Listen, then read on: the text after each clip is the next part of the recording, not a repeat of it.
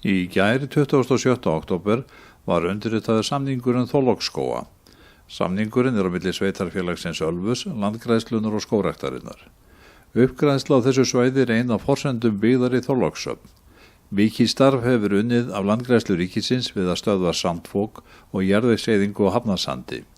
Síðustu áratugi hafa sveitarfélagið Ölfuss, skógræktarfélög og einkaaðilar unnið við krefjandi aðstæður að skógrækt á svæðinu. Þess vegna eru við afskaplega sátt við að hafa fengið bæði landgræðslu og skógrækt að borðinu hér og viljum auðvitað fá fleiri aðila með okkur í það verkefni að rækta hér fallegan og blómlegan skóg á söndunum hér í kring, eða fyrrum söndum. Og fyrsta skrefið er auðvitað að fá þessa öflugu aðila að, landgræðslu og skógrækt. Og við væntum þess að ríkið komi síðan að með öflugum hætti í framtíðinni, fyrirtæki, félagasamtök og einstaklingar. En hér fyrir framan okkur er samningur sem að kveður á samstarf þessara aðila skógrækt til framtíðar.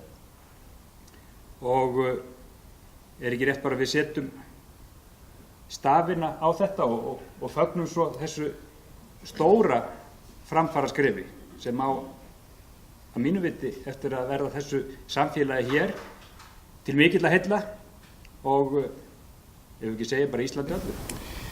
Í mínum huga er komið að næsta skrefi. Landgræðslan er búin að vinna mikið starf hér. Við erum að binda vonir við það að með því að taka næsta skref, byggja upp skóga, að þá getum við gert svæðið sjálfbærara og koma því þannig fyrir að við þurfum ekki að vera að grípa eilíft inn í eins og hættan er á meðan við erum ekki með sterkari svörð og það hafa komið ár þar sem að opnast hafa sár. Ég ger ekki ráð fyrir því að allt svæði losni úr gjörgæslu, allavega ekki á næstu árum, en vonandi getum við komið hlutunum þannig fyrir að við þurfum minna og minna að hafa áhyggjur af þessu og getum byggt hér upp skóga sem verða íbúum til ánægju. Og er þetta svo svona? Já. Nú varstu að skrifa undir þennan samning fyrir hönd skógræktarinnar. En hvernig sérðu þetta mál þróast áfram á næstunni?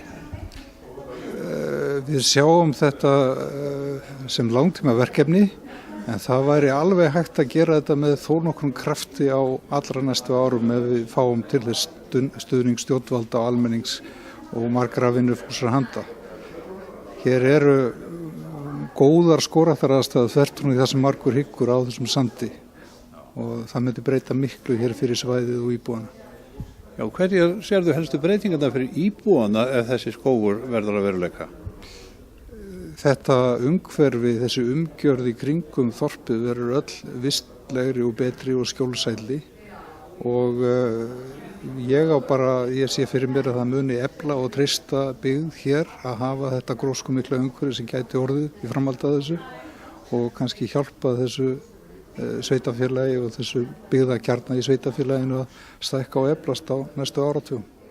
Þú hlýtur að vera svolítið ánægður með þann samning sem var skrifað undir áðan. Ég er virkilega ánægður. Þetta er stórt skrefin í framtíðina. Hverjar sérðu helstu breytingarna fyrir ykkur hér í Þorlákshöfn? Það er nú hægt að horfa til skemmri og lengri tíma og í fyrsta kasti þá er þetta náttúrulega afskaplega mikil viðurkenning á því starfi sem fram hefur farið hér í landgræðslu á svæðinu síðustu áratugina. En til framtíðar að þá sé þetta náttúrulega verulega aukin lífsgæði fyrir íbúa hér á svæðinu. Það kemur til af flottu útivistarsvæði sem kemur til með að byggjast upp. Þetta mun náttúrulega skapa skjól einnig og þó svo að sandfok hafi þetta minkað síðustu árin að þá eins og framkom hér áðan að þá verður nú af og til rof á svæðinu og þetta mun auðvitað koma í veg fyrir það allavega lágmarka það að rof verði hér á svæðinu. Þannig að þetta skapar mikil lífsgæði fyrir íbúa hér. Þannig að ég ímynda mér að þú vilja hvetja stjórnvöld til að láta fjármuni af hendi til verkefnisins. Verkefnið er náttúrulega bara þess eðlis, talandi kolefnisspor og minnkun útblástus og þess áttar, að þá er þetta náttúrulega aðgerð sem vinnur í sjálfu sig gegn útblæstri og ég sé það fyrir mér ef að ríki leggur, fyrir hverja krónu sem að ríki leggur í verkefnið þá fær það örugglega 2 tilbaka. Þannig að það er ekki spurning, það er hvati hjá ríkinu að leggja verkefnið lið. Sigrún Magnúsdóttir umhverfis og auðlindaráðherra var viðstödd undirskriftina en hún var í heimsókn í grunnskólanum við Þorlákshöfn þegar fyrsta skrefið í Þorláksskógum var tekið. En Sigrún var að kynna sér flokkunarmáli í skólanum ásamt sérstöku verkefni til að minnka matarsóun. Starfsmenn og nemendur skólans hafa náð að minnka matarsóun helming á einu ári.